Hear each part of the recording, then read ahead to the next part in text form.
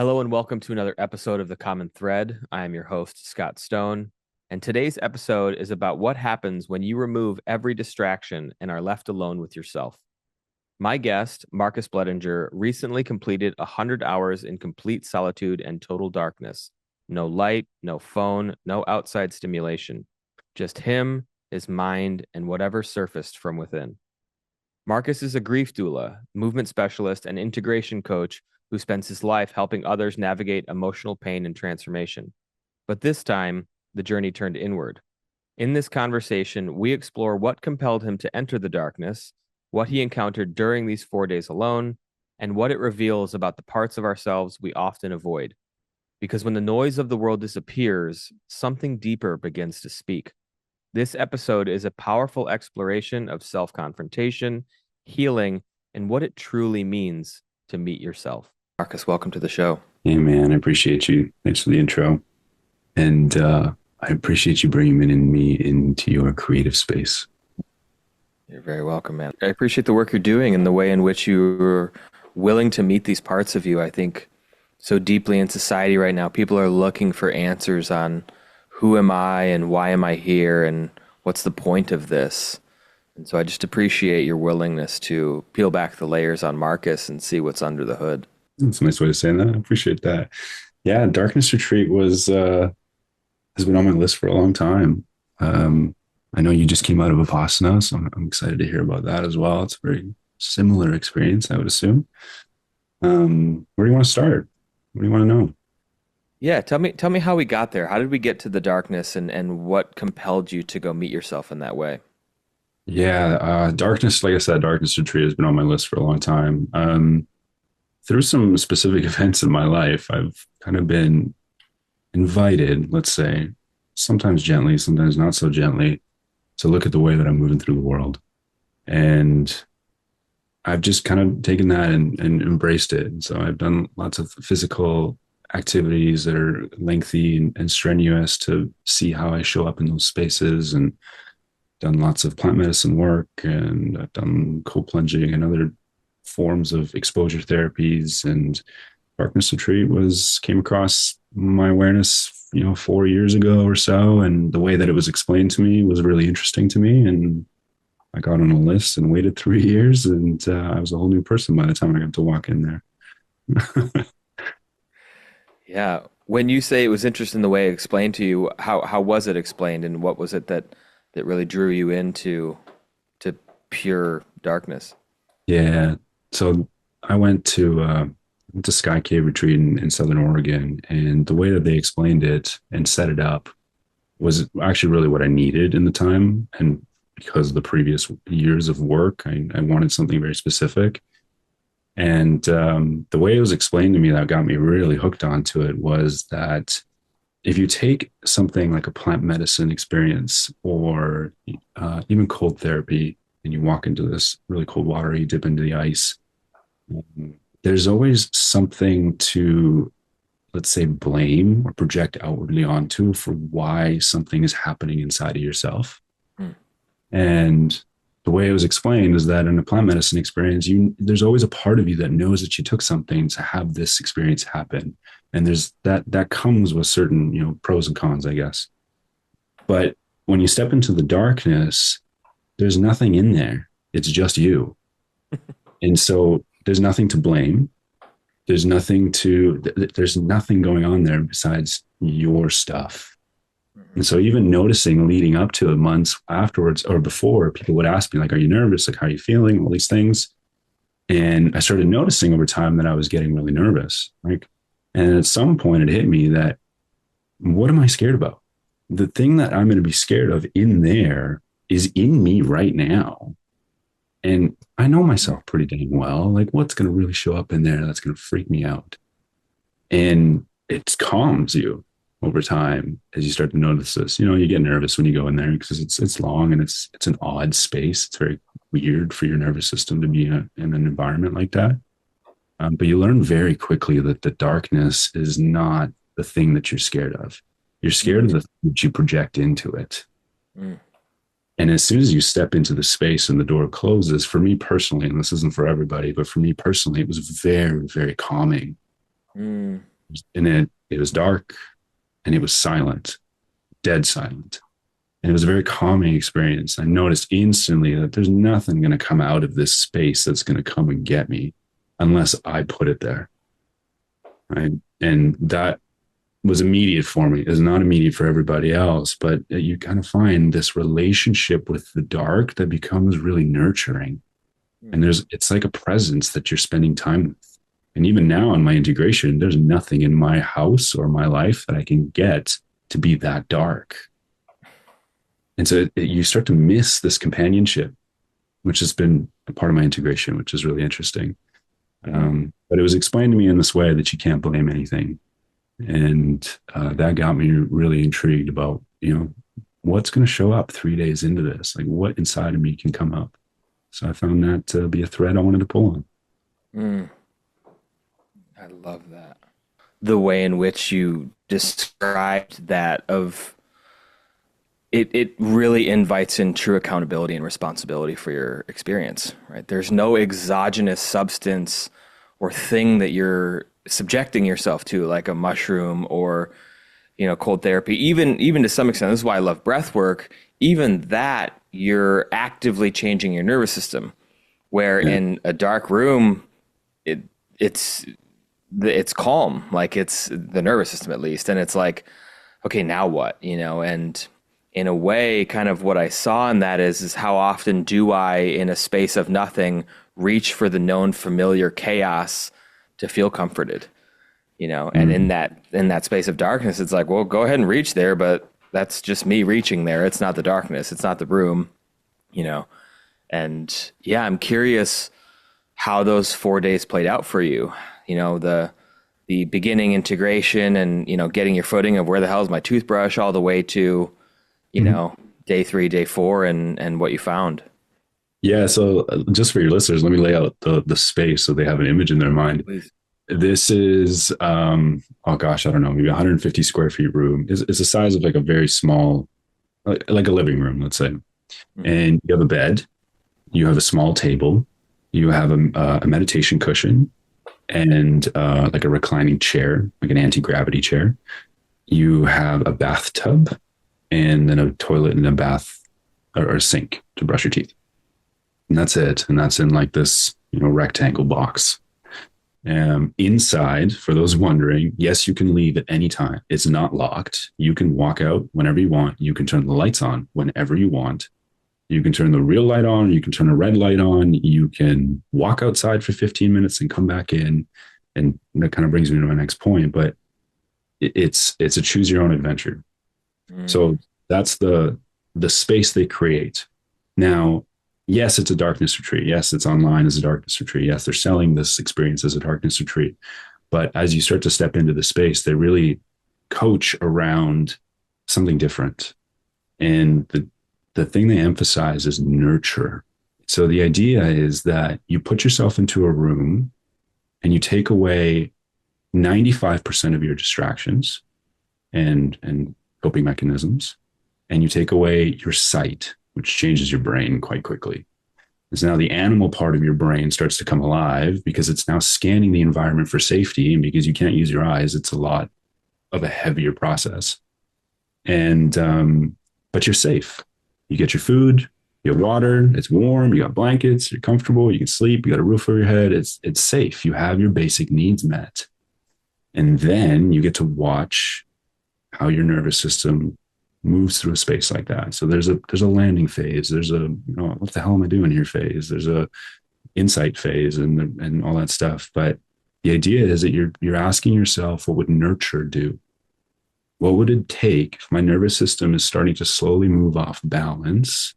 What would it take to bring that nervous system back to regulation? And so for some people, after 3 days of like, I got to get the hell out of here. Like, I need this. I can't take it anymore.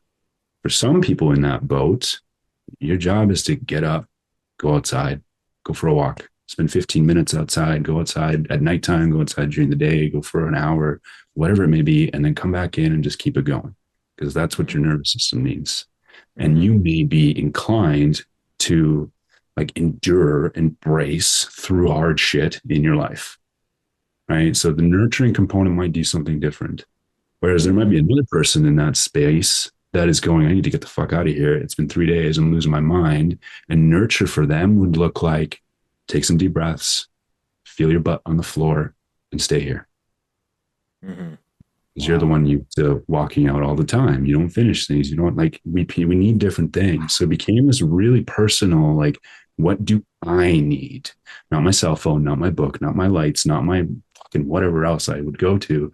What can I give myself when there's nothing externally to give myself to bring myself Mm, back to balance? wow. I love that. It was so good. I Like I love, feels even going back there. It was so good. And then you got to wrestle with yourself, right? Like at one point, the facilitator is like, what would it look like to go outside? And I was like, I don't want to do that. Like I committed to dark. I committed to 4 days. I committed like right. that would be X, Y, Z. And I got to like notice and then wrestle with that and go like, well, what would it look like to go outside? Like what's the hiccup here? And you get to explore and but you So know, do they say that through the wall? Like, what do you mean by yeah. like, So the other logistic part of this is built into the ground. So right? you open the front door to this thing and you walk down some stairs into the ground. And then there's like a very small room that has like a bench for your shoes. They got like books and coloring books and like somatic therapy exercises, puzzles, and other things. And there's a one opening to a fireplace. And then there's another door to an opening, which is just a box, basically. And then there's the door that you have to walk through to get into the actual darkness room. Mm-hmm. And then on the other side of that, when the fire is getting hot, there's the stove inside the room that then heats the room. And the double box is how they give you your food. So he opens it on one side, he puts all your food in there. You get your dinner, your breakfast, and your lunch all at the same time.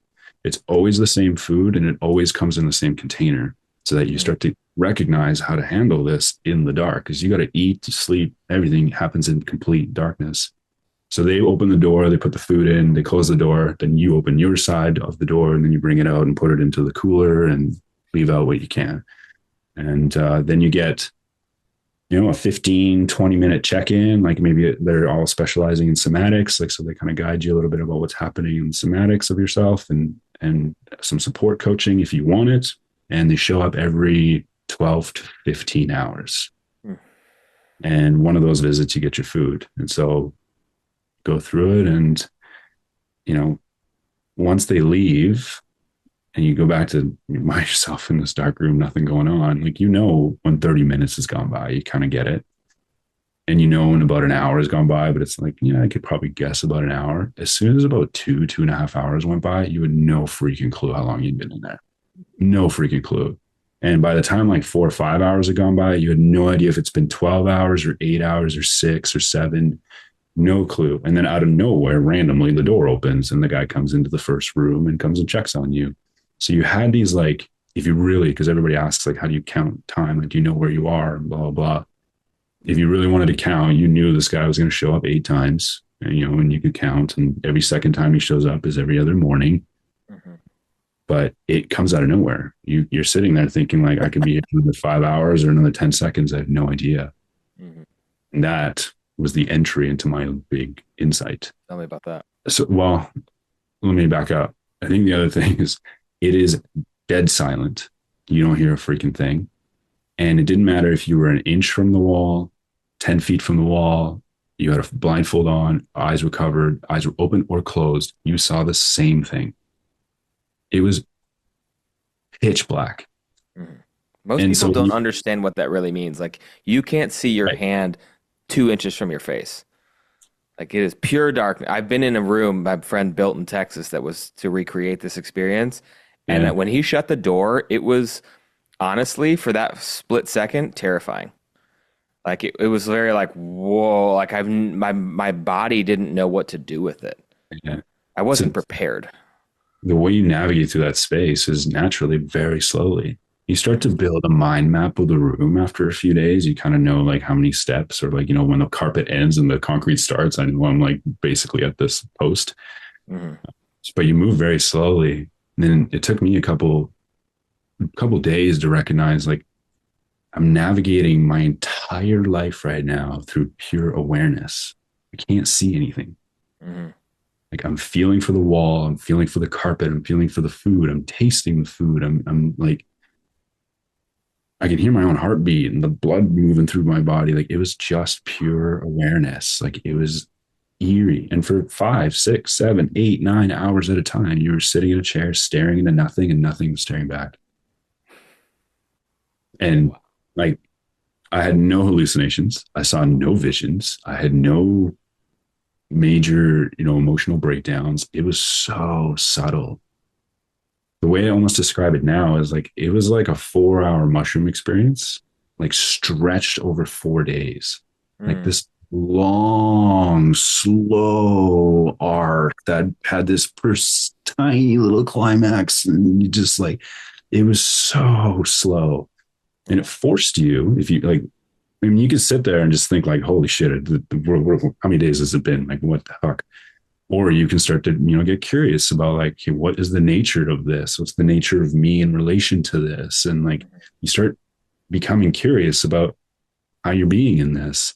Mm-hmm. And after an 8 hour stretch of sitting in that anti-gravity chair, I realized that it felt like looking back on those 8 hours, it felt like I was very busy.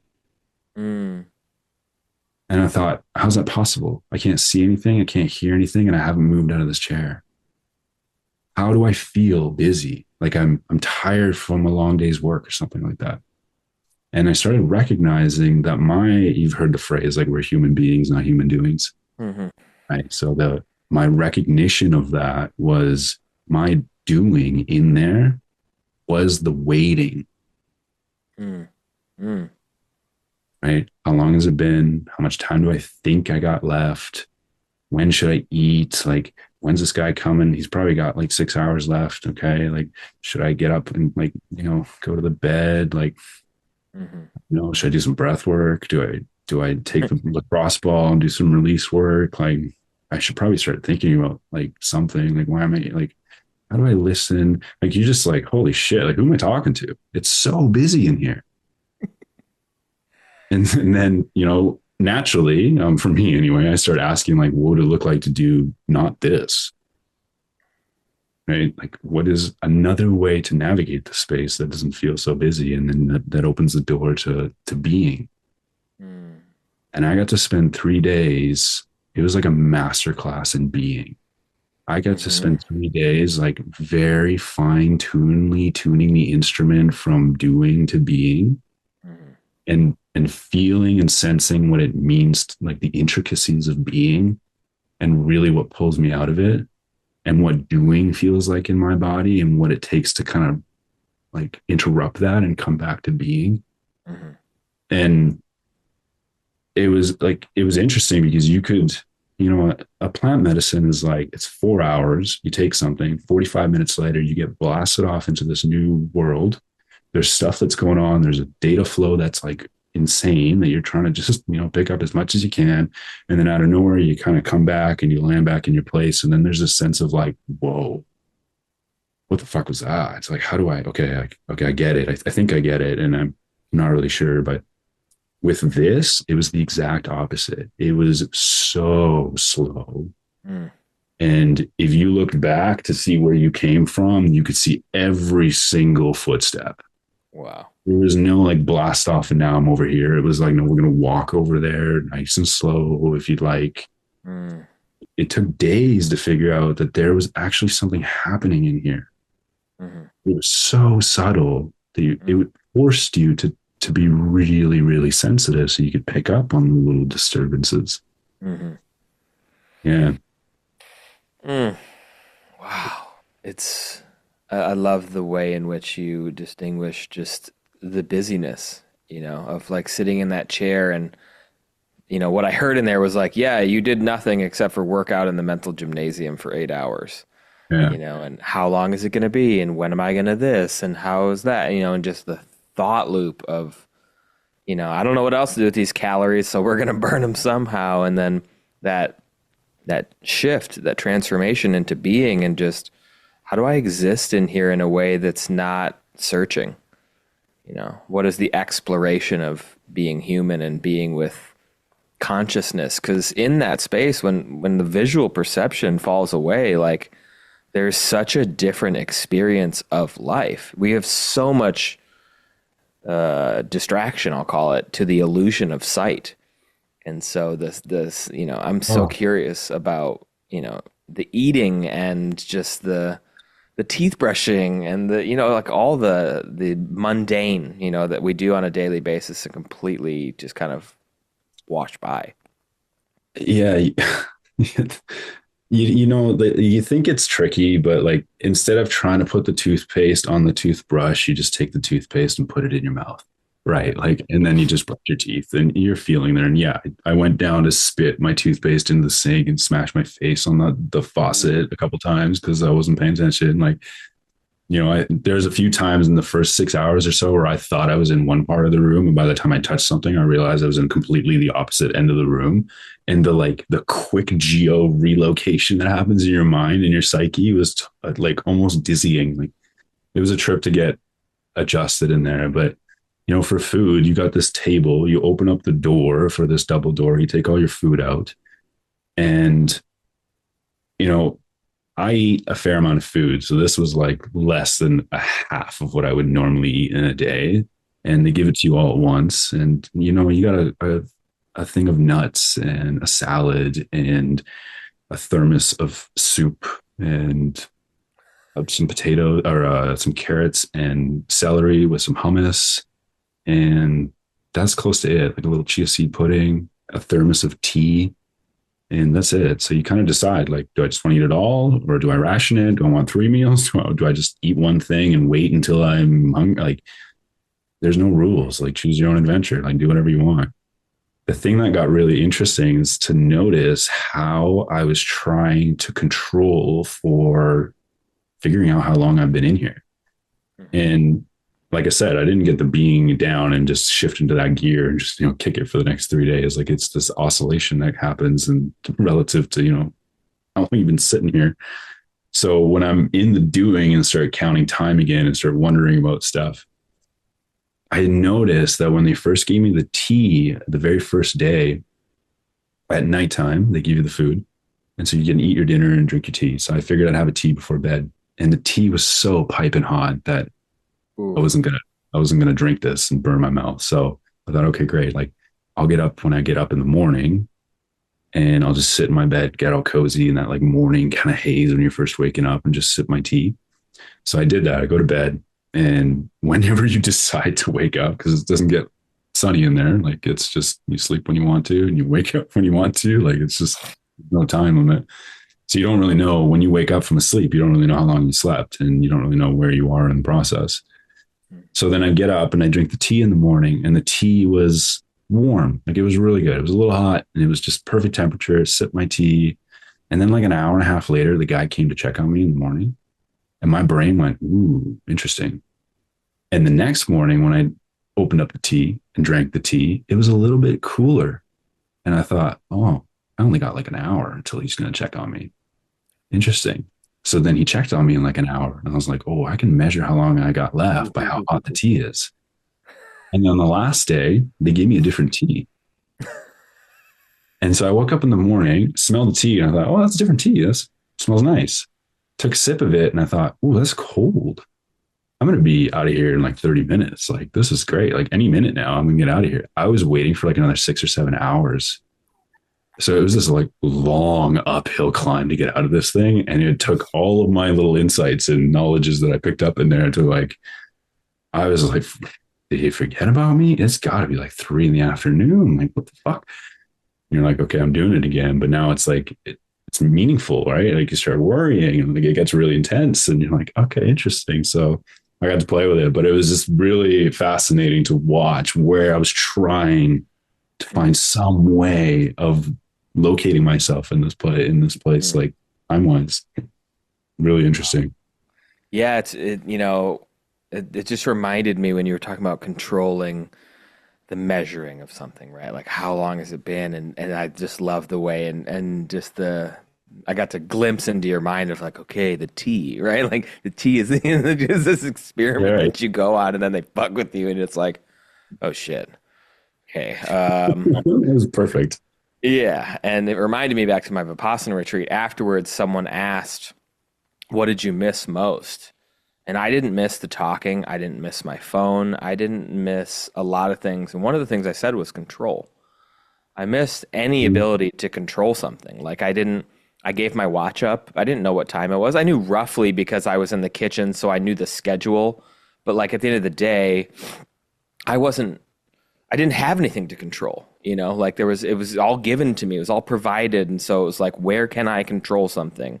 Mhm. And one of the aspects, like this Vipassana was like diet Vipassana. Like it was the someone equated it like the difference between a wine cooler and Everclear. Like this Vipassana had yoga and like recess for a half hour a day, and like the one of the last things they say is like you can bring your instruments and we'll give them to you on the last day. And I was like, as I walked out the door, I was like, well, I guess we're gonna have like a song circle. And then one of the guys was like, well, you can play your instrument for 5 minutes before the sunset. And I was like, done. And I didn't do it every day because I wanted to see what it was like to not have the baby blanket. But like just that part of me that wanted to control something, that just wanted some certainty in my life and would do whatever he could to create it because he needed something to control, and yeah, it's Mhm. I love, both what you said about the nurturing aspect, but the choose your own adventure thing. And as you were saying, for some people, it looks like go out for 5 or 10 minutes or a walk and then come back and stay in the experience. And then, for me, I've always kind of joked it was 80%, then it was 90. Now it's maybe like 95, sometimes 100. It's more so 100 now, but like that's been its own journey of like just commit, keep my Mhm. word. I said I was going to do this, stay in the thing, And so I could see kind of like the experience you were having of like, okay, I said I was going to stay in here, stay in here. And then also noticing the dialoguing of like, well, what does it mean if I don't? How do I feel about myself if I can't keep my word? Am I a failure now? Am I worthless? Like, am I incapable? Am I not strong? Like all these contrived narratives that I would create about myself and this illusory idea of who I believe myself to be that is only in here. And yeah, I'm curious where you would rank this. Before we hit record, we were talking, and we'll probably go into this at some point about psychedelic medicine and how you've spent time in that realm as well. Where would you rate this an experience? Is this like the end boss for people, or for you, I should say, or was it not as hard as you thought it was going to be? Like, is there a ranking system even? Yes. It's an interesting question to try and figure out how to rank it. What I've been saying, I've been out of this now for I think 50 days tomorrow or something. So what I've been saying to people is that it was just as potent as a medicine experience, but the delivery was very, very different. Hmm. And it wasn't as fun as some medicine experiences I've had, but it also wasn't as scary as some medicine experiences I've had. Right. Right. So it's somewhere in the middle. The other thing I think about is there were so many little insights that got me thinking. I'm pondering this myself, and this is almost a free thought at this point. You don't quote me on any of this, but I wonder what it would be like if we had more access to these kinds of ways of self-discovery Hmm. and start doing like more entheogenic medicine work like a little bit later in life. Hmm. Um, I think if you're thinking about doing a psychedelic medicine experience, I would consider sitting in the dark for 3 days too. Like, Hmm. can you be with yourself before you introduce like another energy into the space? Like, can you be with yourself first?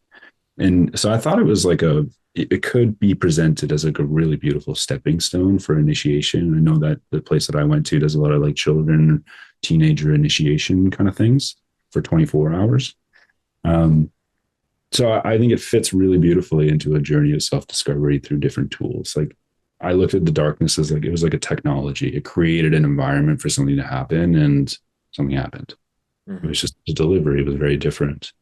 I will share this one part about the like resistance of going outside and stuff. I ended up actually going outside, but when I sat with myself and started wondering, like, playing the games, the stories and stuff, you start realizing because you're in a unique space, you can't see anything. Like I haven't seen my own face in 4 days. I haven't seen my own hands. I don't know if there's a smudge under my cheek or if my like hair is messy. Like it's just, you're not tuned in after that long to those things. So I got to really quickly sense that like I am not this decision. Mm. I go outside or don't go outside or stick it out or whatever. Like, who cares? This is not a defining moment. And then you get to see how, how that ripples into your world. But one of the commitments I had is I wanted darkness. I don't want to break the darkness. I'm not going to turn the lights on. You know, that's what I landed on. So they give you those manta, Like a uh, mindfold type. the mindful, but the manta sleep blindfold, which is, not endorsed by any means, but they're freaking fantastic. So I put one of those on, which was then still completely black. My eyes were open inside of it. I couldn't see anything. And I kind of opened the door and moseyed my way out there. And then I sat in front of the door of the cave for like 15 minutes and I went back inside. Mm. And I was so caught up in the like, should I do this? Should I not? What does it mean? Do I need what would nurture do? All these things that eventually I just decided I'll go. I gave no thought to what it would actually be like to go outside. Mm-hmm.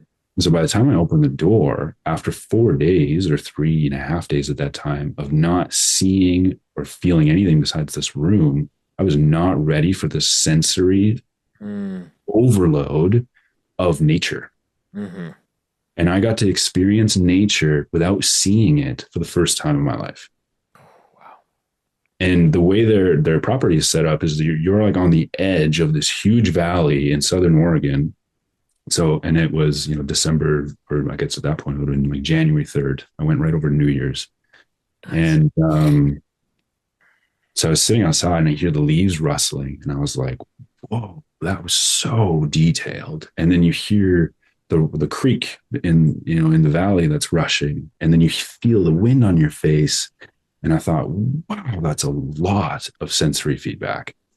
And then I could hear the wind, but I couldn't feel it. And I started realizing really quickly that the wind was coming into the valley. And you could hear the wind from the left side of the valley building for like 30 seconds as it like passed you and then left the valley for like 15 seconds. Wow. I just burst out laughing at one point. I thought, this is the craziest trip I've ever been on. Like, and I'm just sitting outside. And eventually I just said thank you, and said my gratitudes and went back inside and took the blindfold off. And then you're right back in the dark room and you feel like you never even went outside. But it was such a gift to experience that I would never have given myself if I was my rigid self and disciplined and stuck to it and didn't go outside. Like, no, I wanted darkness. I didn't necessarily need to be in the room the whole time, but I didn't know that at first. I had to sit with that to figure out that there's parts in conflict and give them some space. So it was really a wonderful invitation by the facilitator. Mm. Wow. Yeah. What was it like to come out, to emerge?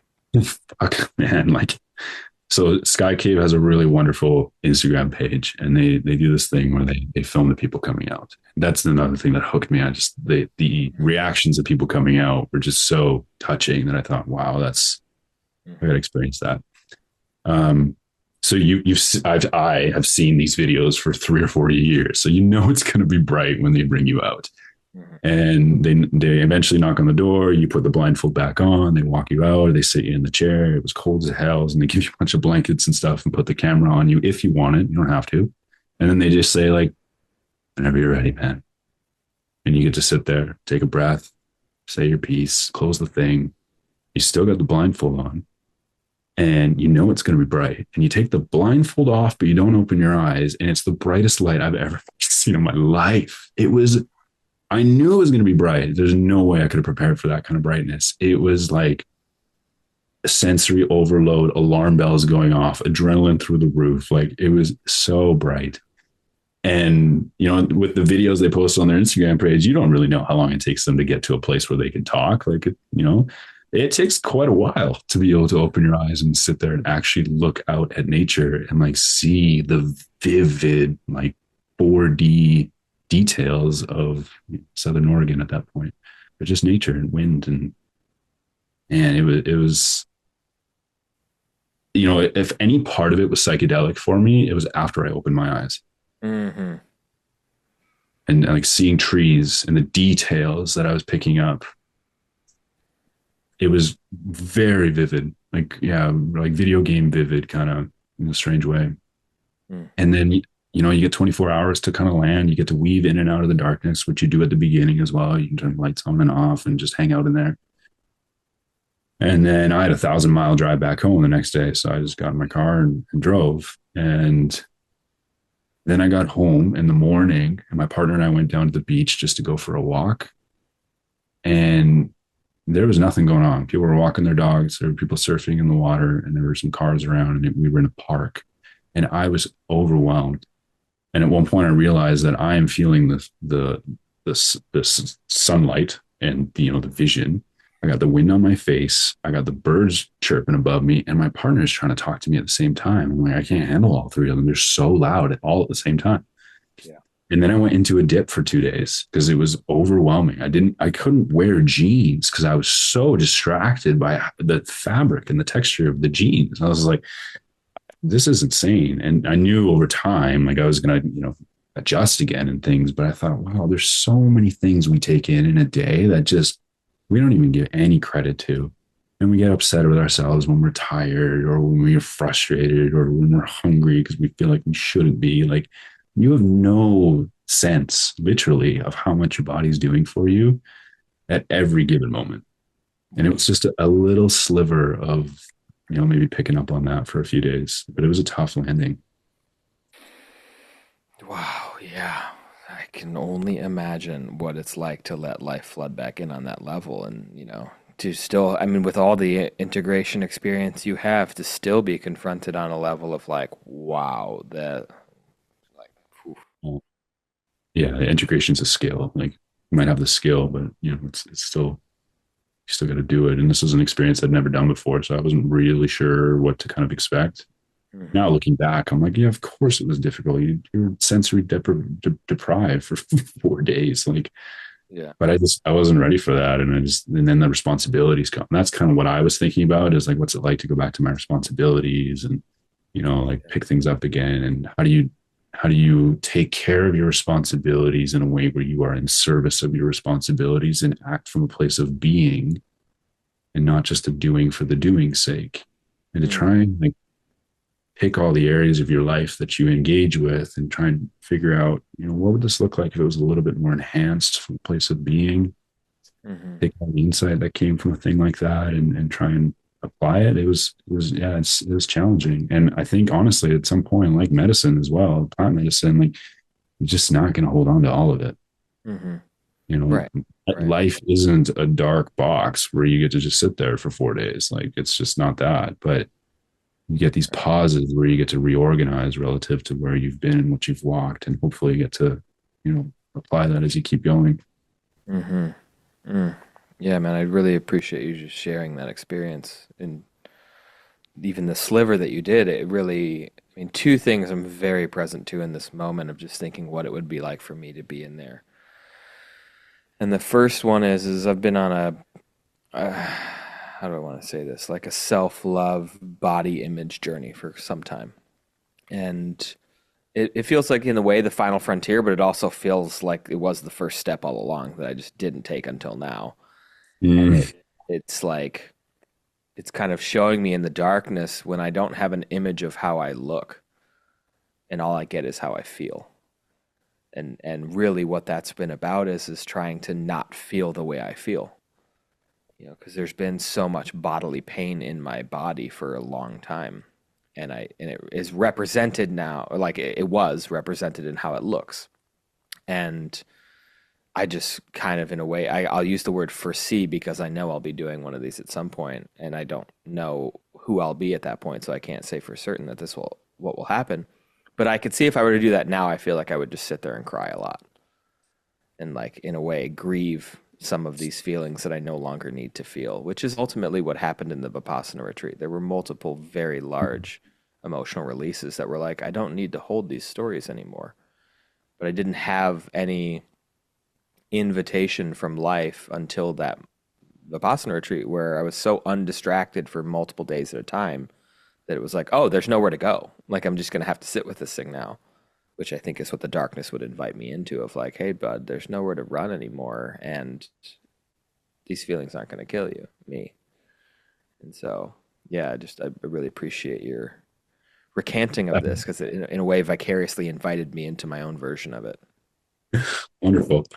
Um, I went in there with a similar intention. I was being invited to listen to my body at a level that I hadn't ever listened before. And I wanted to find a space where I could do that. And psychedelics didn't feel like the right fit because it felt too loud.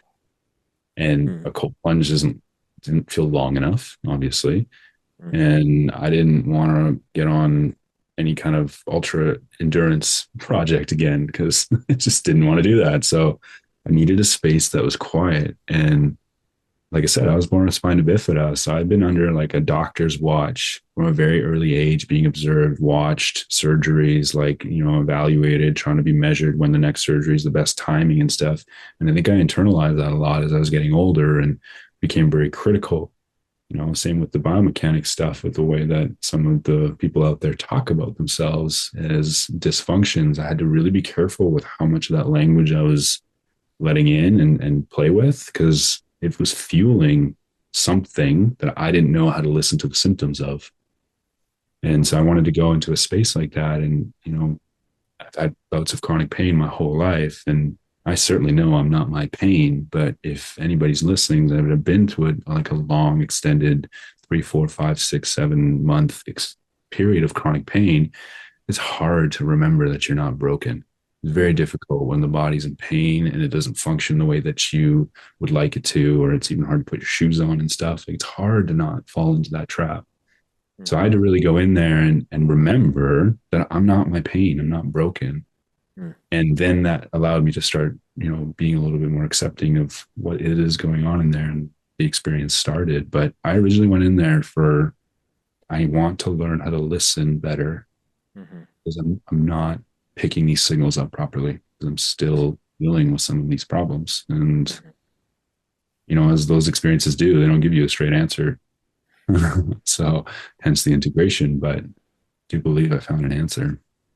I love that. Yeah, I don't think I ever told you. I used to work for the disability community, so I have a lot of friends with spina bifida. Um, Cool. I didn't know that. yeah, yeah. So I worked in the disability community for 8 years, and specifically with individuals who had everything from spinal cord injuries, cerebral palsy, spina bifida, ALS, multiple sclerosis, um, Mm, and a lot of the work that I do now is around languaging and labels and understanding that I'm not a diagnosis or I'm not my pain, I'm yes. not my body, I'm not my thoughts. And, just to shift ever so slightly into some of the more transformational coaching work you do and the languaging and the context of all this is what has the journey been like for Marcus to realize he's not the stories he tells himself, he's not the labels he's been given, and to form a new identity for yourself. Gosh, that's a huge question. Take it wherever you Um, want. I'll give a little bit of a rundown of the beginning and take it through. Like I said, I was born with spina bifida, so chronic pain for a large part of my life. I wouldn't say all of it, but enough to really take my attention. And that got me caring about the body, got me caring about health. It got me a degree in kinesiology. It got me a 13-year career, personal training, where I started with, health and fitness and whatever else, and then started getting really specialized in for specific ways of treating the body. Um, and, you know, gosh, like we all have our own stories of this, but this was why I felt like I was very different growing up. I was the one with weird braces on. I had surgeries at young ages. I had to wear these things at night to try and help. And, at 26, I found out that all those procedures were for the wrong diagnoses, and there's grief and all this stuff and all this. Yeah, anxiety just starts building. And it was just, we'll get into this, but my life was like a collection of just grief that was unfelt for long periods of time. Lots of people died. I watched my dog get killed when I was a young boy. I had two more. I was a young child. I had two more dogs be killed by the time I was like 16. Horrifically, like weird exact accidents you'd never hear again. Um, and then at 22, I had a near death experience. Yeah. So, the story is near and dear to my heart, but it's a huge cornerstone of my world. But when I was 22, a college roommate and I had weekend. Both our football teams are playing in the playoffs together, and we thought, hey, let's hang out, take a bunch of mushrooms, and have a fun weekend, and just watch the game and goof around. And the medium version of that story is we took way too much. I had no idea what set and setting meant, and we certainly were not clean from other substances. And the night turned really sour. And the long of it is that my roommate basically tried to murder me for 4 hours as he went psychotic on a psychedelic experience and basically destroyed our entire apartment. It was horrific, like doors off hinges, cabinets broken, flower pots smashed, like mirrors, windows, TVs, everything, chandeliers, all the stuff. And it was horrific. We were very high. It was horrible. We were both bloodied. And at the end of that, because he was mantraing and saying the same thing, caught in a loop over and over again, which I didn't understand at the time. I let him make me believe that this was actually going to end tonight. And this was the last day of my life. And here we are. And it's just a matter of time until I accept that, because he's not going to stop until I do, which is, the con of being in a psychedelic state, very impressionable about something horrific, a lot of fear and unsafety in a space. And by the time that I was done with this, I was leaning up against my kitchen counter with a 12-inch rubber butcher knife against my throat by him. And I was exhausted. 4 or 5 hours of this. Was convinced it was going to happen. He pressed the knife into my throat, and I thought, okay, like just get it done. Like I'm done with this. Like just pull the trigger. I was like reaching behind me and turning the sink on and trying to bring water into my mouth because I was thirsty and I wanted to taste water one last time. And I was so defeated and at the lowest point I've ever been. And I just wanted him to pull the trigger. And when I was ready for him to do it, he stopped and he put the knife down, but I was gone. And so I grabbed him and I turned him around, and I grabbed the kitchen knife and I ran it through my throat. And I thought I was going to drop to the floor.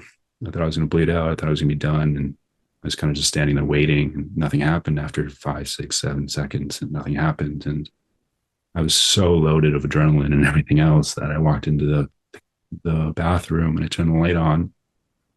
And in the broken mirror, I could see the skin splitting across my throat and blood start pouring onto my body as I'm standing there. And I walked back into the living room, totally not there. And I grabbed the same knife and I slit my throat 4 more times. And I stabbed my abdomen 28 times and basically tried to kill myself. I was very committed, but also just wanted this experience to be done. It was the only way that I knew in that space at that moment of how to get the hell out of here. And I fell down on the floor. I laid down on the floor. We had a mattress in the living room for our buddies to crash on. I laid down. Coincidentally, one of my friends walked through the front door at the same time and walked into this bloodbath. There was blood everywhere. And two very non-sober people, horrifically traumatized. And it took some convincing of him. I was screaming and yelling my last words at him. I was looking at all the blood coming out of my body. I was just telling him to let me go and give him a hug. Told him what to tell my parents and my girlfriend. He stayed persistent. And at some point he got through to me and I said, well, if you think I'm going to make it, like, you got to call 911. Next thing you know, I got 2 paramedics and 2 fire officers and 2 police officers, or 3, in my living room asking me what the hell happened and if my roommate did this to me. And I remember the grief and the shame that came over me when I had to take responsibility and say, no, I did this myself. And they asked me again, like, are you sure he didn't do this? And I said, no, I did this myself. And they patched me up as best as they could, put me in an ambulance. I had emergency surgery at the hospital. And I survived somehow. And that was a Saturday night. I came home Sunday at 3 o'clock, and Monday morning at 7 a.m. I was on the training floor training my clients, going to work. Yeah. I had no concept of self care. Mm-hmm. And so there's a lot going on there. There's an like a death experience. I had very spiritual separation of soul and body. I got to experience the end, the tunnel and a few of the or one or two of the stages of near death experience. And I got to feel the kind of like ceiling and the force of like something not allowing me to continue, because I certainly was trying to get the fuck out of there. I did not want to take responsibility for this. I thought we were going to go to prison. We were doing illegal drugs. We just ruined this apartment we're renting. Like, I just did not want to deal with this. And so I was gone, I was out of here. And I got bumped by an energy that was just a very deep knowing of like, you're not done. I'm sorry. Like, you can't, you have work to do. And so I went back. I Mm-hmm. woke up in the hospital bed, and so there's an end of life component. There's a psychedelic component. There's a trauma component. There's like, you know, a physical pain component. I just shredded my front abdomen. Like, I had so much neck pain and back pain for years after that. And she got me into biomechanical work and like really stitching the body back together as opposed to just, and yeah, like I said, it took me about 5 years to find my feet. It was a really hard experience to turn the computer back on. I turned it off. I was committed. I was gone, out, acceptance. This is it. Sadness that I can't XYZ, but it's done. And to have to turn that back on was a real, I had no help. I didn't know what the fuck I was doing. I just went back to work and I went back to school and, tried to find some normalcy. And yeah, and 5 years later, because that experience happened in a psychedelic environment, there's always an itch that I was going to have to re-enter that space to fully close this loop. And when I was ready to do so, I found some really great help, and I re-entered that space with the intentions to heal that experience. And if anybody knows anything about your healing process, you don't start where you think you're going to. And so I spent 5 or 6 years starting at spina bifida and shame as a kid, and all the isolation, parent divorce, and the leaving me on the side of the road, and the XYZ, all the deaths. And then my mom died in that process. And that unleashed this part of me. And her grief allowed me to touch my grief. And it was just a grief celebration for 18 months. And I canceled my job. I closed my business. I took 2 years off. I took a huge sabbatical. I kept diving into this work. I really took on the apprenticeship with grief. And then eventually I got my stuff together. I studied to be an integration coach to help the people that were going to go through psychedelic work, teach them a little bit about how to do it well, teach them a little bit about what's possible when you don't do it well. And and because so many people died in my life, and my mom died, and I had this experience with death, I studied to be a death doula and started helping those who are at the end of life, or helping someone at the end of life, or dealing with the grief of it all. And so now I had three prongs. I had this physical health prong, this death doula prong, and this integration prong, and those kind of all intersect at just integration coaching. I help people become whole. Gosh, I don't even know what to call it. Like, what do you call all of this? I'd love for any of your listeners to give me some feedback. But yeah, so that's kind of, to your question. Like, I don't know if that answers your question, but I those don't things. even, I was so enthralled by your story, Marcus. I don't even know what my question was. The question was, I was what right there. happens? Yeah, what happens that made you look at yourself and stuff? So these Oh, events keep yeah. happening. I had to. Yeah. Yeah. And that's not to mention, I was also a serial dater because of my mother wound and my father wound and all these other things. So I had countless relationships in there, heartbreak after heartbreak after heartbreak after heartbreak, on like a hamster wheel. So I started realizing that I'm the corner center point of these relationships. Like, Mm-hmm. I'm not getting something.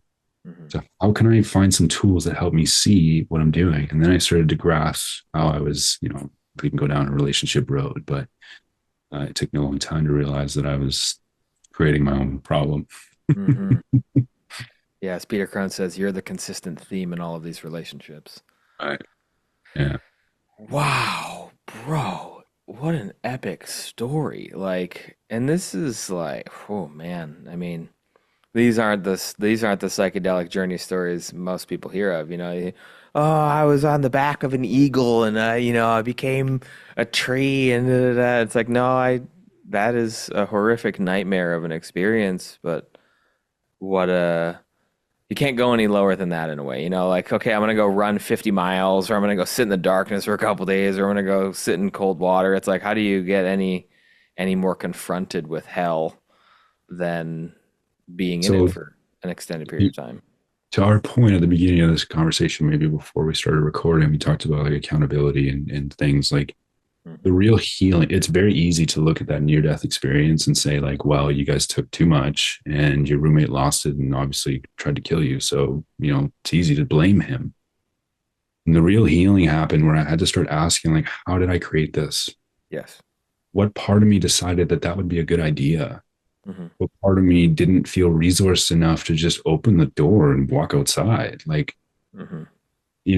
and that really got me through some things that were stuck for a long time. But and Yeah. it really embedded this, like, you create these things and it may take 40 years or 30 years or 22 years, but you create this. Hmm. And it's really hard for people to embrace Hmm.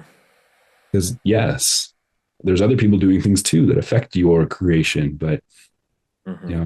there's a lot more agency there and freedom if you look at it that way, even though it's hard to take responsibility. But Oh, that changed everything. I mean, yeah, that is foundational.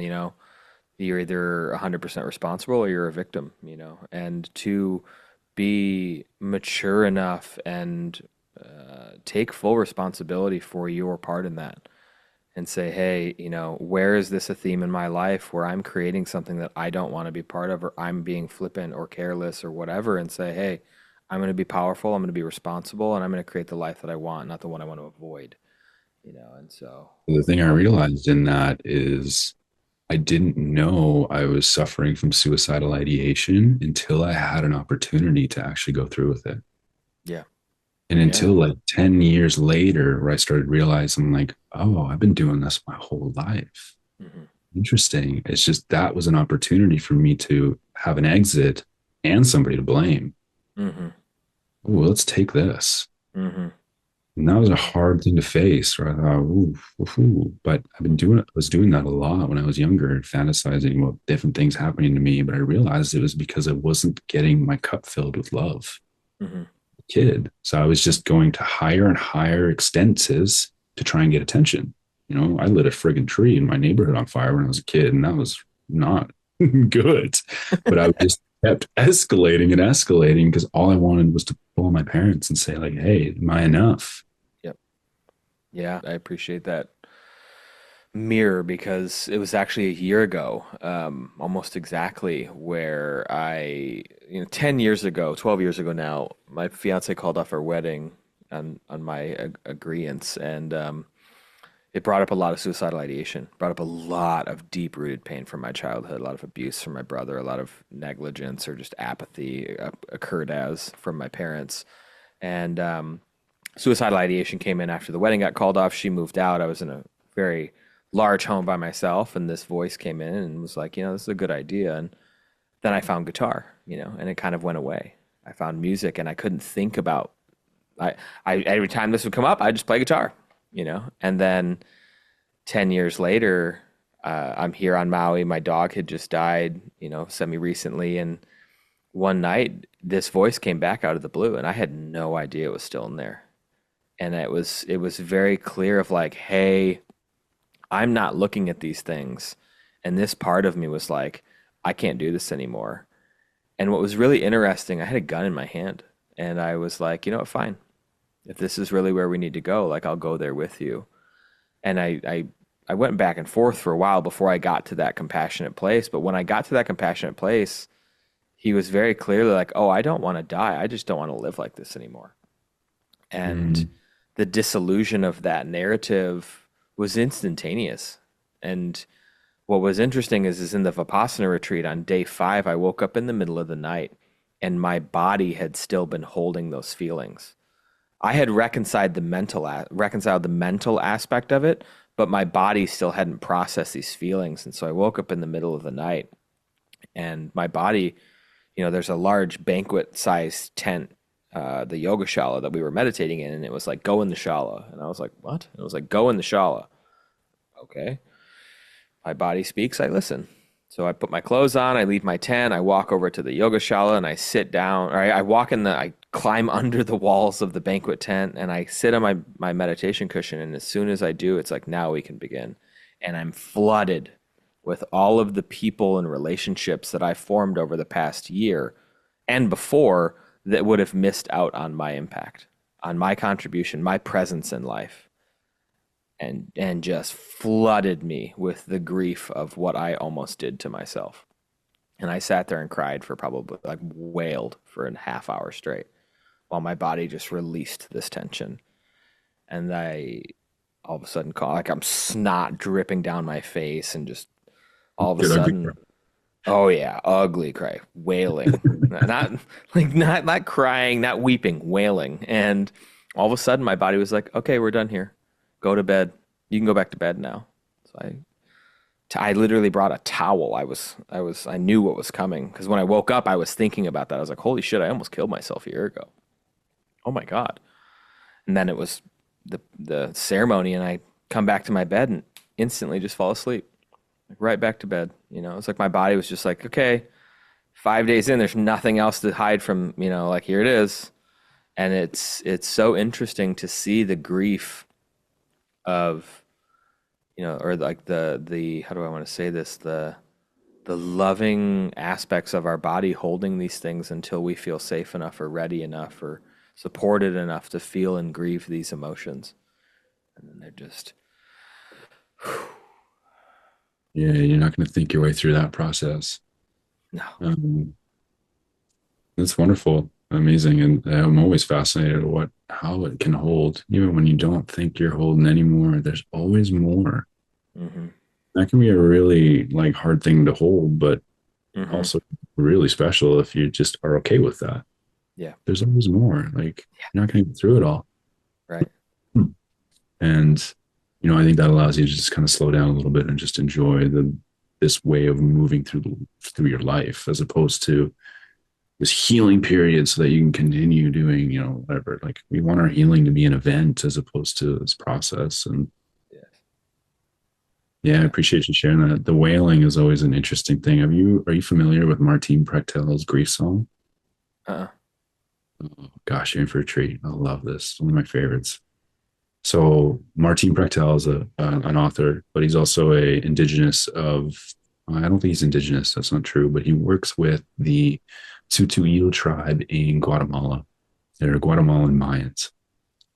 And their tradition, which I have certainly tried my best to adopt and put this lens on when looking at grief, is that they look at grief as praise. Mm. So grief is a way of saying thank you for what you've been given. Mm. And so there's a unique grief song that we all individually have Mm. capacity to sing that is ours and unique to us. And when you're born, you are most people born in a hospital. When you're born, you from one world, which is in the womb, which is very supportive, very nurturing, very caring, no lights, probably, maybe a little bit, into this like a hospital room that's filled with light, other entities moving you around. The lifeline between you and the mother is just cut with scissors. You got to breathe for the first time on your own. Your heart's pumping on the first time on its own. And what is the baby doing? Wailing. Mm-hmm.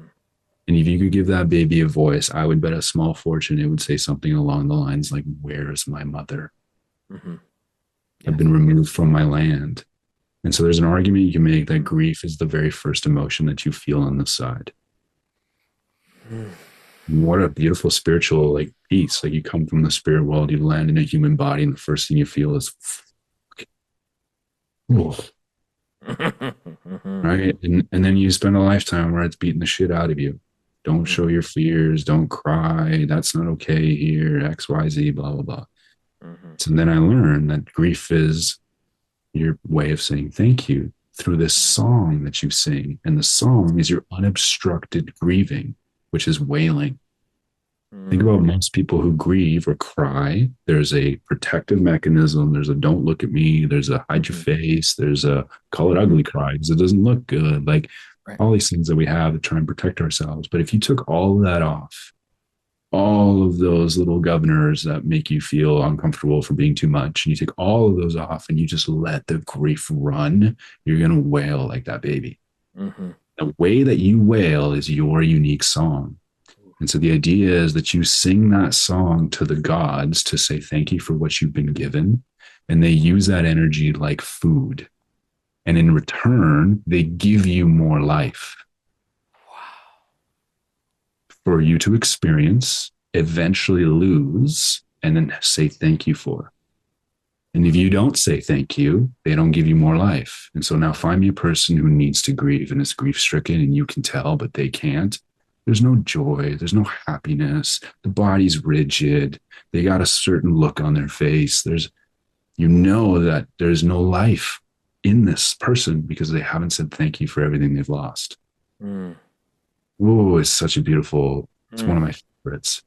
Bro, thank you so much for sharing that. Like that grief has been the deepest ceremony for me, more than Mm, plant medicine, more than breath work, more than anything. Grief has been the initiation. yeah, I amen. said that the day that my dog died and I held his hand while he died, I became a man. Because that is not a Mm, boy thing to do to end your best friend's life. mm, But to end his suffering and to usher him to the other side, like I am so incredibly blessed I had that opportunity. And yeah, and I said, because I had been doing it for years before of just documenting my life, I was like, I'm going to document this whole process. yeah, And so it's very cool. the amount of videos I have of me just wailing and like just exploding into tears and weeping and just all of it of just how lucky am I to know that level of love. I hope everybody gets to experience that because it was so pure. Oh, I love that. Thank you for sharing that. I got a special place in my heart for dog loss. It pulls at my heartstrings more than some people I've lost, Totally. which I'm sure many can understand. But the part that makes me remind of is this other framework for grief is that grief and love are twins, which I'm sure you can appreciate, right? Like you're not ever going to love something that you're not eventually going to grieve. Hmm. And there's this one kind of fundamental truth about death or everything really is that you're going to lose everything you have ever known, look at, wear, everything. Whether that's your death or its death or time runs out or their death or whatever, like it's gonna come to an end. Hmm. And the level that you expose yourself to loving that thing is in direct inverse to the amount of grief you're going to feel for that thing when you do eventually lose it. So a lot of clients will ask me, like, how do I, you know, maybe not in those words, but like, how do I get more love in my life? And Hmm. my unique answer to that is get really good at grieving.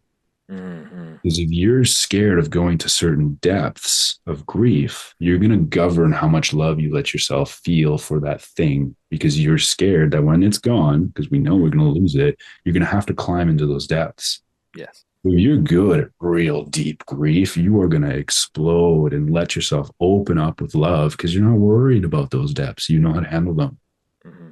They Yes. come together. That you can't be more sensitive to pleasure and not be more sensitive to pain. Like you don't get to choose. I don't know if it was Joseph Campbell or Carl Jung. Someone said, um, the level to which your branches reach to heaven will be, equal to that which your roots reach to hell, right? And so, Yeah, yeah, I man. mean, the whole grief is love unexpressed, and I agree with you Yeah, entirely in this. yeah. I've been very lucky to have some wonderful teachers in my life around this. Is it's I'm with you. Like if you're gonna put me in any space I get to choose to go through my initiation with, I'm gonna choose grief. Mm, what a I powerful man. You just showed me how strong you are as a human to being like, I'll choose grief as my ceremony. because like Yeah. I sit with a lot of people who are grieving, and it's like whether it's grieving their old life, their childhood, a family member, a dog. I had a couple reels about Chester dying go viral, and I had hundreds of comments of like, I am Yeah. being eviscerated right now because my cat, my dog just died, and I don't want to be. I'm like, I get it. Like, I'm right here with you, man. Like, this is absolutely shit. And thank you so much for letting yourself feel this. Yeah. Yeah. It is the ultimate cleanser, and we are not skilled on using it. Mm, I mean, I appreciate your acknowledgement of that. I didn't think that that was a heavy as hitting as it may have been, but it did roll off honestly. Like I'm used to grief, and mhm. there's a dark side to that because I didn't know how to feel joy. Like I just kept choosing grief, but Yeah. now there's a real companionship with grief. Like it's a it's a loyal companion. It's with you for your whole life, Mhm. and if grief is a way of expressing gratitude for what you've been able to experience, then the end of your life has the potential to be the most grateful experience you've ever been through. Mm. If you don't know how to hold it that way or look at it that way, then that's not an option to you. Yeah. And so I feel comfortable with my skills. I'm very much not, numb or dumb to the idea that there's a hell of a lot more coming. And that's the other thing, right? Like there's a lot more grief coming. Mhm. It's on its way. I'm gonna, everything from dropping my favorite mug and shattering it onto the floor to like, my dad dying or my partner maybe, or my dog. I know my dog is with me to heal the grief of my young children of that Mhm. got, Mhm. didn't get to experience that. I know I'm gonna walk through that again at some point. Mhm. Or it's the grief of my loss and death, because I can get hit by a bus tomorrow. But when you learn to carry this with you, you start to it's my favorite way of entering into presence. Mm. You can understand that you're going to lose this thing that you're currently experiencing while you're still experiencing it, then you can be present Yes. because this call is going to die at some point, right? And as much as you've allowed yourself to open yourself up to this call and me as well, you're going to miss a little bit of that energy when it ends, or there's going Mhm. to be that like pause for those 5, 6 seconds when the computer closes. And that moment of acknowledgement is a little bit of grief. Have you ever gone back to the fridge for seconds and realized they weren't any seconds? Yeah. That disappointment is grief. It's not going to change your life, and it doesn't last forever, and whatever else. But that's grief. That's an emotional response to loss. You had an expectation, it wasn't fulfilled. The end result of that is grief. Mhm. Maybe anger and sadness, whatever else. But if you can learn to hold it and recognize that it's with you every day, all the time, there's a companionship that can be built with that. Mm. Yeah. No, I love that, and I appreciate that framework because Chester, like in the grief I had for him, started a year before when I was like, okay, like he's slowing down and he's going to transition sooner than later, and I have an opportunity to live very presently with him. And I spent the last 6 months of his life on a 6 month road trip with him, Uh, all across the country. And he got to pee on the world's largest mailbox, and I took him to the petrified forest, and I took him back to my parents' place in Arizona, and we spent months together. Like it was one of the best decisions I have ever made. And, then at the Vipassana retreat on the last day, I had this crazy out of body experience where I remembered my earliest childhood memory, a new earliest childhood memory with my mother. And then in that moment, or later in the day, I had this realization of like, oh yeah, my parents are gonna die, and hopefully before me, you know. you hope they're And going to die. Isn't that a weird thought? yeah, and like to be present with them now. I've done so much healing work around my relationships with them that I can actually enjoy them now and not need Mm, to self-medicate on cannabis to be in their presence and not hate their things they say, and and I sat in this bed and just wept at the realization that someday my dad's going to die, and to hold that with such presence and reverence of like I want to make sure that whenever I can to remember to be here with him now, mm, and to live fully. And it's something that we don't discuss well, and probably because of how healing grief is, it's like we don't discuss this well in society. Like we don't talk about death. We make it scary and all this stuff, and it's like, yeah, God, how beautiful an opportunity we have to celebrate life with that. mm. It's Yeah, so impactful. death is hard. That's kind of like it like comes with the car. It's baked into the experience. It's hard, but it does not have to be scary. That's a cultural overlay Mm-hmm. from Hollywood to whatever else is out there.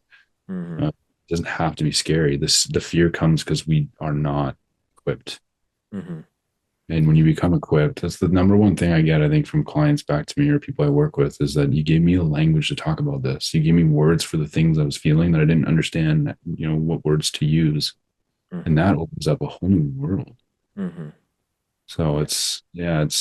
and to your point, like documenting it and stuff that makes me think that one thing I share often, there's nuance to this. So for anybody listening, like, don't just black and white this, but one of my like nudges when someone's going end of life or a dog is dying or somebody, whatever, is get close to the end. The encouragement, the gentle invitation I have is don't look away. Mm-hmm. Do not look away. Mm-hmm. And, you know, gosh, we can have a long conversation about this, but when you're at the end of your life, the last thing the person needs that's dying is to feel isolated. Mm-hmm. Oh, We make worst. end of life very small because we're scared to have people see us in this way, and people are scared to see us in this way. Mm-hmm. And so when end of life comes around, it starts to get to like, well, only my husband and my daughter, or like only these two people. I don't, no visitors, none of that. And for some traditional tribes or ways of handling that, that is like really destructive. They really advocate for like you're supposed to make this thing as big as possible. Mm-hmm. Because how else are we supposed to know how to die if we don't ever watch anybody do it? And we let people teach us how to do it. Mm-hmm. The only like think about how many people you've heard die, have experienced die, or any animals have died. You might be a little different. And then ask yourself, do I know how to do it better because of how many I've seen? Mm-hmm. People don't know is the answer. Like Right. Right. Right. you got Yeah. no clue. And there's, there's dead and then there's dying. There's a process. And the way you Right. handle it it teaches us. But one of my favorite teachings around that is that your death is your last great teaching. Mm. Mm-hmm. It's your last offering to the rest of us who are strong enough and brave enough to look, well, this is how I'm going to try and do this. Pay attention and take what you can from it. Yeah. And people who are at the end of the life, when you give them the opportunity to say, this is your last chance to really share something meaningful, they can take that on because now it's like, I'm going to engage with this and do this well and do it as best as I can for those that I love. And it can be this act of love that closes a life as opposed to God tearing each other's wallets and bank accounts apart and yelling and screaming and confusion and nobody knows what we're doing here and people are trying to influence the way this person dies relative to their own fear of seeing it. Right, that's the other big thing. Like their death is their death. You will get your own, I promise you, but do not make theirs yours. Mm-hmm.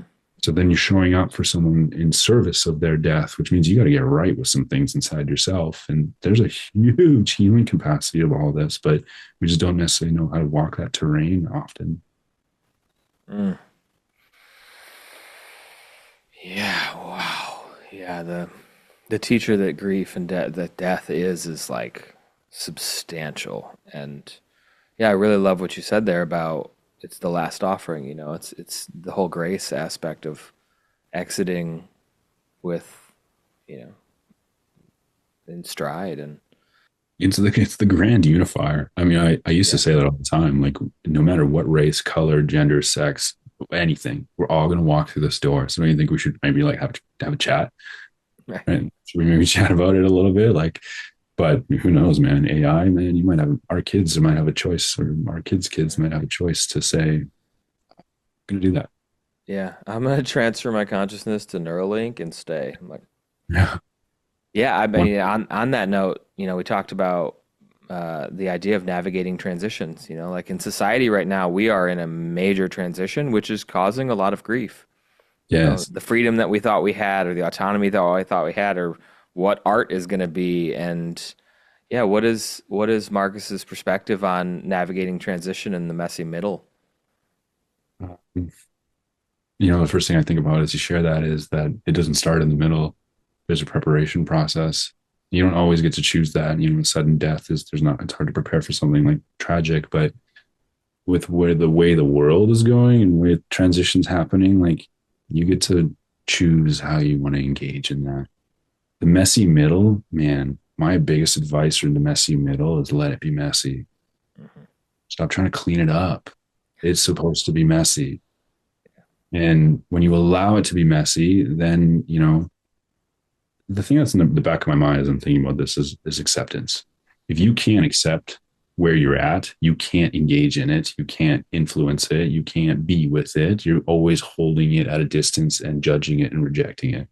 So if you can't accept this, then you know your work is different. But if you're accepting that it's messy, then it it's like a caterpillar turning into a butterfly. Like the process, there's a wisdom to that process. You know, like you cut yourself with a knife, you actually have no clue what's going on there. Where in 3 days, you don't have that cut anymore. Like the body has a wisdom to manage and organize and prioritize. And you know that. But if I'm going to cut myself with a knife and then like spit in it and rub it and put dirt in it every single day and like get in the way of that process, well, then yeah, great. I'm going to have a scar. And if the scar is big enough, I might lose some function. Hmm. So the work is to get out of the way, not to continue to get in there and, you know, add more to it. Like learn how you're controlling it and back up Hmm. and let the natural wisdom take its course. And I mean, gosh, that's my biggest lesson in grief is this thing knows what it's doing. 100%. It knows what it's doing. I am not, my job is to create the conditions. You know, that's my favorite teaching. Create the conditions for the healing to happen. Your job is not to heal. Your job is not to grow the plant. You actually have probably no clue how the plant grows. I have no idea how this thing gets more leaves. I have no clue. I know I'm responsible for the water and the soil and the protection and the sunlight and maybe some fertilizer and nurture and care and energy and stuff. And then the next thing you know, this thing's just growing on its own. Hmm. It's the same with grief. Like create the container for it, allow it to be there, and then follow the, you know, I guess that's the other piece. Like follow the thing that Hmm. Hmm. pulls you. Don't, you know, like let the rope pull you. Don't push rope. My teachers used to say, like, don't push rope. Let the rope pull you through. But if you're like, well, it's been 2 weeks and I think that's plenty. And I think, you know, like it should be over by now. Like, fuck, good luck. 12 to 18 months if we're going to talk grief. Hmm. 12 to 18 months. And there are countless traditions out there about wearing black, or having an armband, or growing your hair out, or whatever, something that signifies like the version of me that's here is not the same. Hmm. The version of me is moving through a process. And like there are traditions where you wear like a black armband. If you see somebody with a black armband, you're a little gentler. You know they're in a container. You know they're in an initiation process. Hmm. We just do a shit job of giving people space to actually grieve. You get 2 days bereavement, see a Monday, and don't you dare let your performance drop. Right. And you're like, my whole world has just shattered. Right. Sure, I'll see you Monday mornings. I need to pay my bills. And then there's this psyche, soul, natural part of us that's like, well, really? I Okay. mean, when Chester died, I had a couple days before I had to be in DC for an event that I was filming for my marketing company, and I did, and I cried a lot on that drive. And after that event, I shut my company down. I was like, I'm not doing this ever again. Like I could have sat at home and like, not that I wanted to necessarily keep him alive longer, but like I chose what I did partially out of fear. And I was like, I will not do that again. And so I Yeah. shut my company down and I was like, I'm not doing this anymore. And it was, yeah, I just can't imagine people, whether it's a parent or a pet that dies and it's like, okay, I'll see you Monday. And it's like, what? Like you said, my whole world just shifted. You know, like there's a missing piece of me that is gone out of my puzzle now. And you want me to go work on a spreadsheet? No, like, no, that's not how we do this anymore. And yeah, it Yeah. was I think, you know, just like we have like um, mat leave and pat leave, like I think we should have a grief leave. But, wild. you know, you're not going to give somebody 18 months to do their thing. But like, Right, can we have 2 weeks? right. Can we at least get through the initial fucking shock of the whole thing? Like, can we land, you know, in this new place? You know, it's not necessarily, you know, organized, but at least can I find my feet? Hmm. Yeah, it's that's the heartbreaking part. And then like we said, my life, your life, I'm sure is the same. Like we just have this grief start to build up. And ironically, my mother died of lung cancer. My mother was the one who taught me about grief because she wouldn't do it. I was gonna say grief is stored in the lungs. Right. And as she got lung cancer, she had COPD for 10 years and then she got lung cancer. And her and I did not have a good relationship at all whatsoever. And I got a call on Mother's Day on 2021. Yeah. And she's like, I got cancer. I closed my business, closed everything. Like, and I went and moved in with her and took care of her for the last like 3 months or 2 months of her life. Wow. And I was like, oh, wow, this is grief. I'm going through her life story in my mind. I'm thinking about all the times she's been like betrayed, and I see how she like snaps and little comments she makes and stuff. I'm like, interesting. This is grief. This had nothing to do with a quote unquote traditional health thing. It, Hmm. yeah, but that was a special time in my life. I wouldn't change that if I Hmm. could. It's an Yeah, and interesting thing to say, but yeah, yeah, one way to answer the call, and just to capitalize on the opportunity to be with her, even if your relationship wasn't great and all that, but just to be there for it and witness it and be present. there's again, to any listener, there's nuance to this, but like if you're in a general healthy dynamic, maybe you don't like your parents so much, maybe you don't see them that often, but like that's an opportunity for you to give them what they did for you so you can stay alive. Hmm. Right. And not everybody has that opportunity for right reasons and stuff. But if you do, I invite you to get over your inner demons and show up for the parents. Hmm. It'll be the best experience of your life. Hard, Hmm. but wonderful. Hmm. Yeah. What are some of the resources that you've used or teachers to navigate some of this stuff? I know a lot of people are interested in the grief conversation for their own personal reasons. And what are some of the things that you found Uh, helpful? so I'm kind of a self-taught kind of guy. I didn't start reading books until I was like 26, and I've read a lot of books since then. But I got everything I needed out of three authors. Let's put it that way. Aside from the education, I got different stuff from my education pieces, but from like the resources I went to get my mind right about how to engage with this and be in something like this. Um, Stephen Jenkinson is my number one go-to. He's got I don't know if you know. Oh gosh, as a brother, like it's a must read. He's Okay. got a book out there called Die Wise, and it's an interesting read. It's different, but it's wonderful. It is a very intense, good book. Hmm. But any of his work, if you Google Stephen Jenkinson, go look up some YouTube videos or something like that. I can send you some if you're interested too. Cool. His perspective on death and dying is my absolute favorite. He's certainly like an icon in my world. The other one is Francis Weller. Francis Weller has a book out there called The Wild Edge of Sorrow, and it's phenomenal. He's the one that I took his five gates of grief. So he speaks about how there's five ways to access grief. Let's see if I remember them all. One of them is that everything you know you will lose, everything you love you will lose. That's that fierce first one we talked about earlier. And then things like the parts of us that didn't know love, Mm. things we expected and didn't receive. That's a way to access grief. Then there's ancestral grief, the grief that you carry that has nothing to do with you, Hmm. and like global grief. Hmm. When Cool. somebody flies a plane into a tower, the whole world feels something. So those are ways that you can access grief.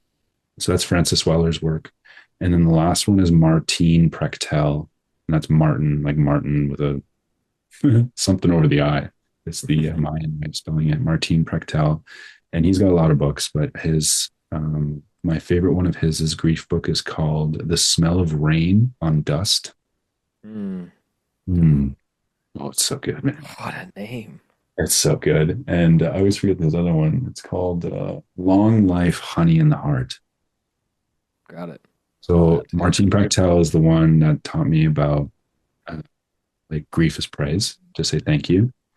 And when you go and engage in that cycle with the gods, you say thank you, and then you get more inspiration and beauty. You see the world differently because you've gone through this deep grieving, and you cultivate things. When you're in that process and you find like peace and like placing yourself in that process. You know where you are. That peace you feel, they refer to that as honey in the heart. Mm.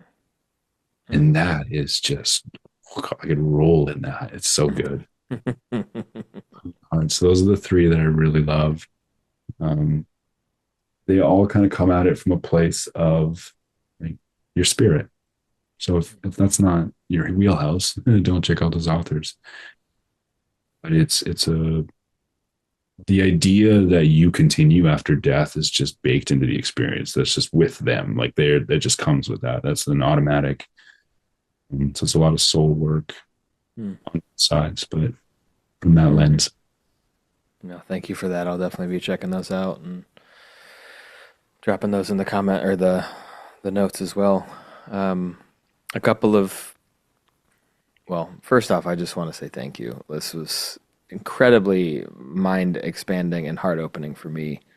And really, I had no, I thought we would talk maybe more darkness or whatever, but like, it ended up being a lot of light. As weird as it sounds about grief, but like the dying conversation for me, similar to you, like it was all experiential based, and so just to have another brother that has walked that path so gracefully and so openly now shares it. I just really appreciate this conversation, man. It's been really Yeah, helpful. I appreciate you holding space. You're a lovely host of this podcast. So I wish you well and thank you for this. This is wonderful. It's been a while since I've had a chat about some of these things. Yeah, no, I appreciate it. A couple more rapid fire questions, and then we'll wrap up here. You If you had a message to share with the world, what would it be? I knew you were going to ask me that. And I was showering while you asked when I thought of you asking me this. And I thought, there's no answer for this. Even in the shower, I couldn't think of an answer. A message for the world.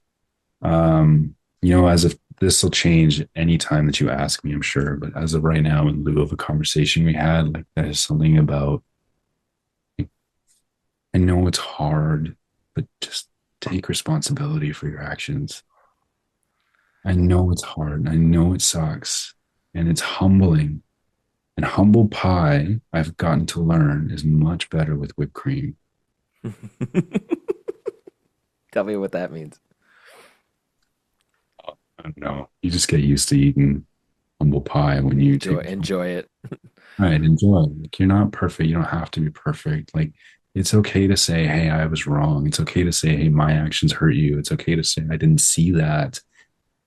Right. Like communication's a big one. Like, speak Mhm. from a place of your experience. The other piece I'd add to that is recognize that the way you see life is not actually what's happening. It's the way you see it. Mhm.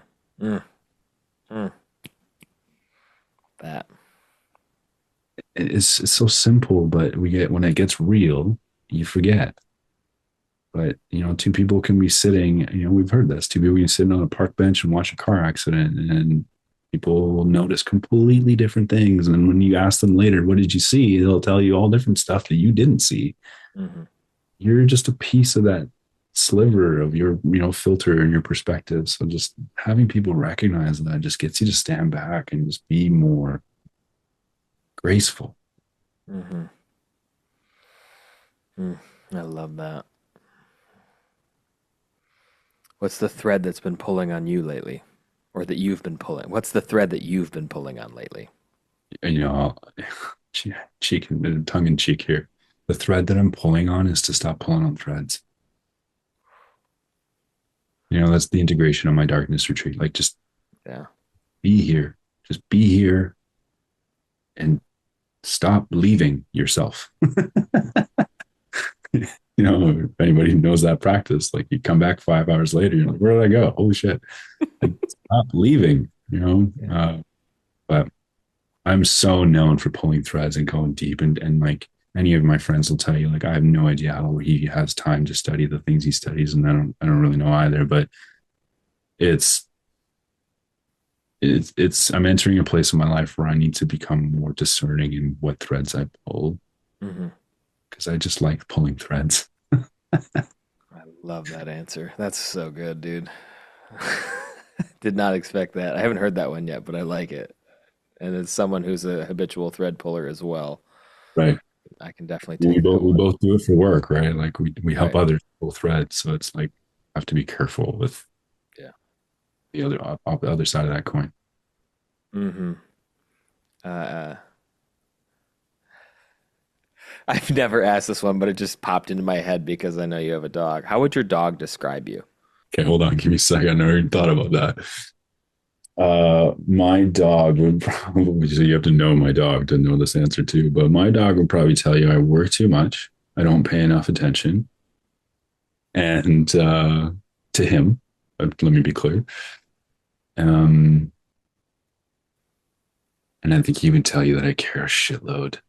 Mm, Just and I'll tell you that I'm still learning how to care so much and do it in a good way without getting resentful. mm. I think we have similar dogs. My son's a goon. I got a 4-year-old black lab that sits on the couch like a cat. Like he crawls up the backside just to sit on all the cushions and then stare out the window. And my partner's a cat lady, so she's watching my dog, and I'm a dog person, so I'm learning how to be with her cat. And we're just both just like these animals are such goonballs. Mm. It's awesome. Last question. What does it mean to be human? To have capacity for the full spectrum of emotion. I like that. Mm. I like that. I've never said that before in that way to that question, but that feels good to me. I love it. I've never heard that answer, and I like it. Marcus, thank you so much for the opportunity to sit with you today and talk on these topics. It's been a Yeah, real my brother. pleasure. God, thank you. Thank you. Appreciate the invite. Happy to do it again. There's lots of topics we didn't touch. Right. We just scratched the surface. Yeah. Where can people stay in touch and find out more about what you're up to? Uh, I come and go. Sometimes I'm out there and sometimes I'm pretty quiet and reserved. You can find me on Instagram. If I'm going to do something, you'll notice that it's on there. So find me on Instagram, just first name dot last name, Markus Blettinger. I have a website, universalintegration.com. Maybe you put those in the notes as well if you Yep, we'll find drop both of those links for sure. me. And yeah, just send me a message on Instagram if you really want to reach out. Like, I'm on there. I'll check. Great. And yeah, I can send you a few more resources if you want to put links to them. I've got a guidebook about how to do grief in a good way. Yeah, And that'd be great. other resources, but yeah. Cool. Amazing. Yeah, we'll link all this stuff in the show notes, and yeah, man, it's been action packed. I can't wait to listen back to it. No, cool. Let me know how it's received.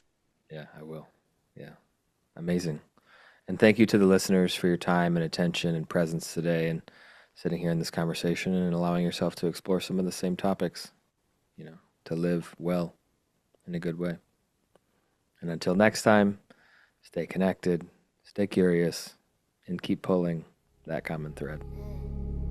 Thanks, y'all. It's a trust fall, baby, be into everything I can't see.